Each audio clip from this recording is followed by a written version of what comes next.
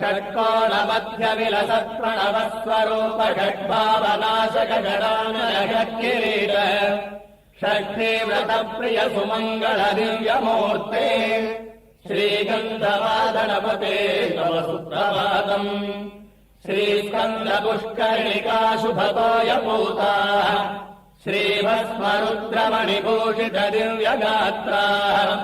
तत्सन्निधौ प्रतिदिनम् प्रविशन्ति भक्ताः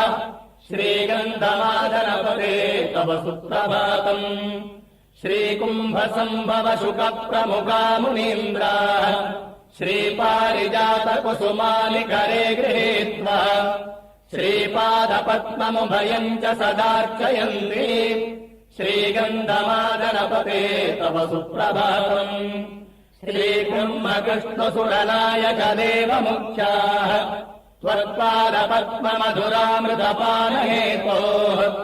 द्वारे स्थिता प्रतिदिनम् निगमागमज्ञाः श्रीगन्धमादनपते तव सुप्रभातम्